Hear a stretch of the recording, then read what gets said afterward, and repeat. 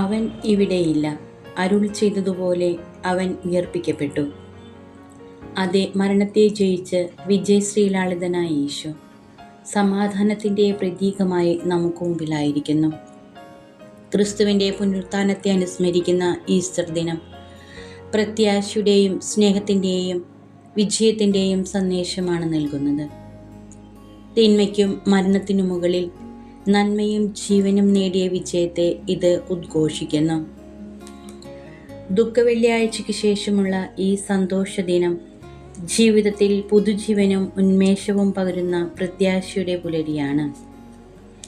ക്രിസ്തീയ ജീവിതത്തിൻ്റെ സമൂഹത്തിൻ്റെ വിശ്വാസം എന്ന് പറയുന്നത് കർത്താവിൻ്റെ ഉയർപ്പ് തിരുനാളാണ്.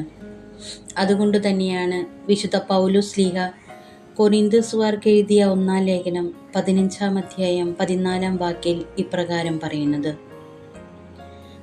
ക്രിസ്തു ഉയർത്തെഴുന്നേറ്റിട്ടില്ലെങ്കിൽ നിങ്ങളുടെ വിശ്വാസവും ഞങ്ങളുടെ പ്രസംഗവും വ്യർത്ഥമാണ്. ഏത് അന്ധകാരത്തിലാണെങ്കിലും ഒരു പ്രകാശം എനിക്കായി കാത്തിരിക്കുന്നു എന്ന ഉറപ്പാണ് ഉയർപ്പ്. ജീവിതത്തിൽ പ്രത്യാശയോടെ ജീവിക്കുക, അതാണ് ഈ ദിനം നമുക്ക് നൽകുന്ന ഏറ്റവും വലിയ സന്ദേശം. ജീവിതത്തിൽ എല്ലാം തീർന്നു, എല്ലാം തകർന്നു എന്ന് ചിന്തിക്കുന്ന സാഹചര്യത്തിൽ മനസ്സിലാക്കുക, നമുക്കൊരു ഉയർപ്പുണ്ട്. നമ്മുടെ കർത്താവ് കൂടെയുണ്ടെങ്കിൽ.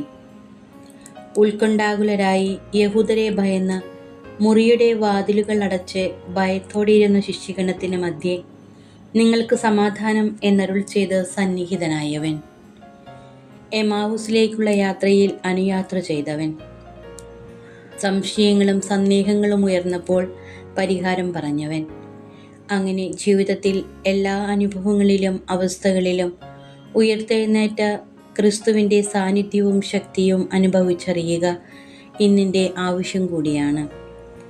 അതുകൊണ്ട് ഈ ലോകത്തിൽ പ്രത്യാശയോടെ ജീവിക്കുക, കർത്താവിനെ കൂട്ടുപിടിച്ചുകൊണ്ട് ജീവിക്കുക.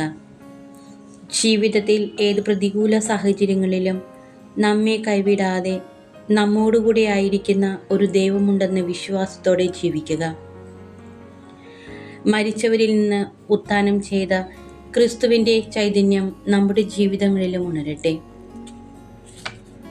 വെല്ലുവിളികൾക്കിടയിലും വിശ്വാസത്തോടെ മുന്നോട്ടു പോകുവാൻ ഈ ദിനം നമ്മെ ഓർമ്മിപ്പിക്കുന്നു.